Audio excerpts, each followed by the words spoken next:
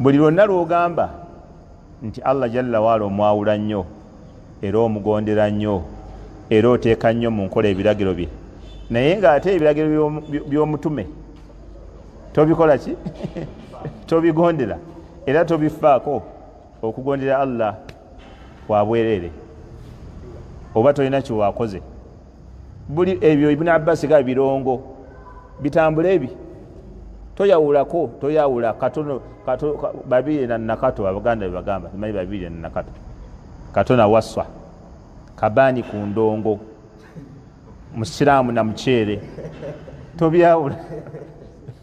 Naye kati nabo baguyingirira siba abatali basiraamu bagubojja n'okusinga abasiraamu. Edda balinga bagapirawo abasiraamu, naye abatali basiraamu kati bali omuceere jama tegukyava mu nnyumba zaabwe. Ensi yakyuka.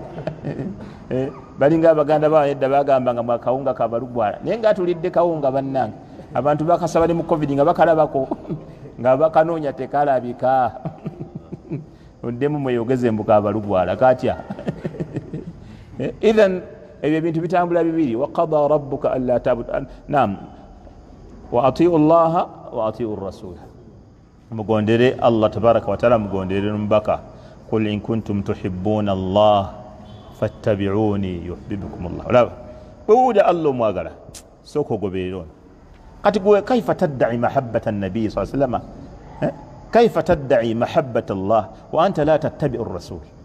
English gyogamba nti nze njagala nnyo Allah mwagala, Allah mwagala, naye ate nabbi sallallahu alayhi wasallam yagamba tobiteeka mu nkola, tomugoberera. Awo tewali mahabba, toyagalangako Allah.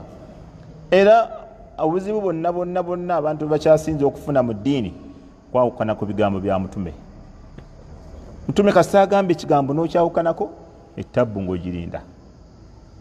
falyahdhari alladhina yukhalifuna an amri an tusibahum fitna au yusibahum adhabun alim. Beewale nnyo abo abaawukana ku bigambo bya mutume, bajja okutuukibwako fitina oba ebibonereza ebikola ki ebikakali ebiruma ennyo kwawukana ku bigambo bya mutume. Okiraba mutume gwe tulina okukulembeza mu buli kyonna kye tukola. Agamba ki? Agamba ki? Allah atuwa amagezi buli wonna we tufunamu okugiraagira musooke mubuuze mutume yagamba atya.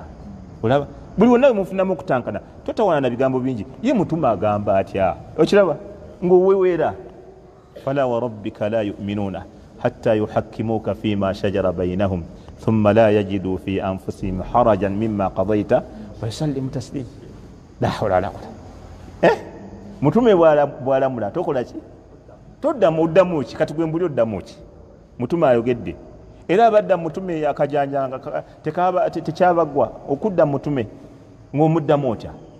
Waliwo sahabiyo omu nabbi sallallahu alayhi wasallam yamugamba nti kul biyaminika, owange liisa ddyo.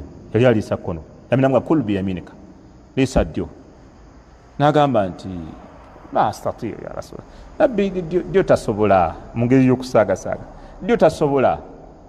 Nabbi namugamba law istata'ta, munnange nno walisobodde waligezezza onooliisa ki? Waliriisa nno munnange ddyo. Nanga munnaye ddyo nabbi tasobola. Law istata'ta, munnaye walisobodde nno waligezezzaako nooliisa ddyo. Nabbi sallallahu alayhi wasallam amugamba liisa ddyo, oli agamba nno ddyo nkaluubirira. Nabbi sallallahu alayhi wasallam namuleka nebagamba nti fama rafa'ahu ila fihi. Emmere gye yali asitudde bw'ati n'ekkono gitwala teyasobola kutuuka ku mukono ne gupalalizinga, tegwaddayo kola.